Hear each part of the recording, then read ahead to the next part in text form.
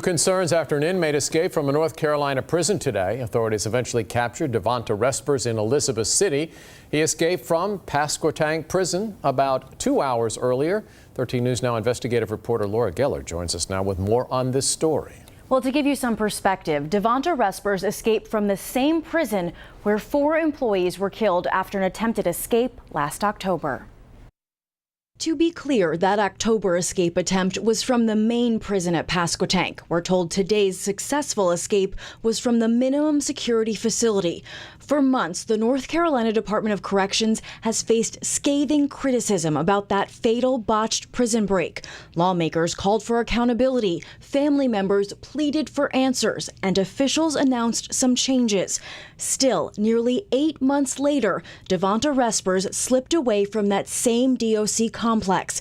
Prison staff had to use dogs to find him. Corrections records show Respers was in minimum custody for a charge of assault with a deadly weapon on government officers or employees. We've uncovered the 25-year-old has a history with the system dating back almost a decade.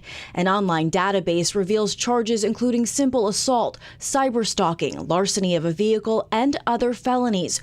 According to DPS, the custody classifications are determined after a series of evaluations of issues like the offender's crime, social background, and criminal record.